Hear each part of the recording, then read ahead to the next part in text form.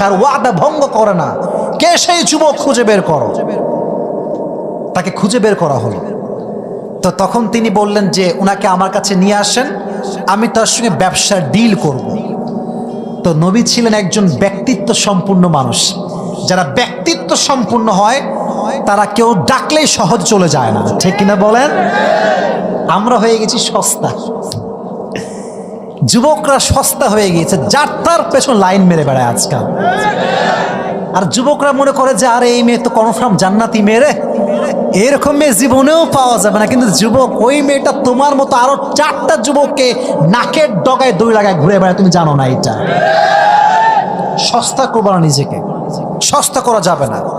তো বললেন ঠিক আছে, আমি যদি যেতে চাই আমাকে আমার চাচা আবু তালেবের সঙ্গে নেওয়া লাগবে। ঠিক আছে, ডিল ইজ ফাইনাল, আপনি আসেন। যখন নবীজি কইরে কইরে কি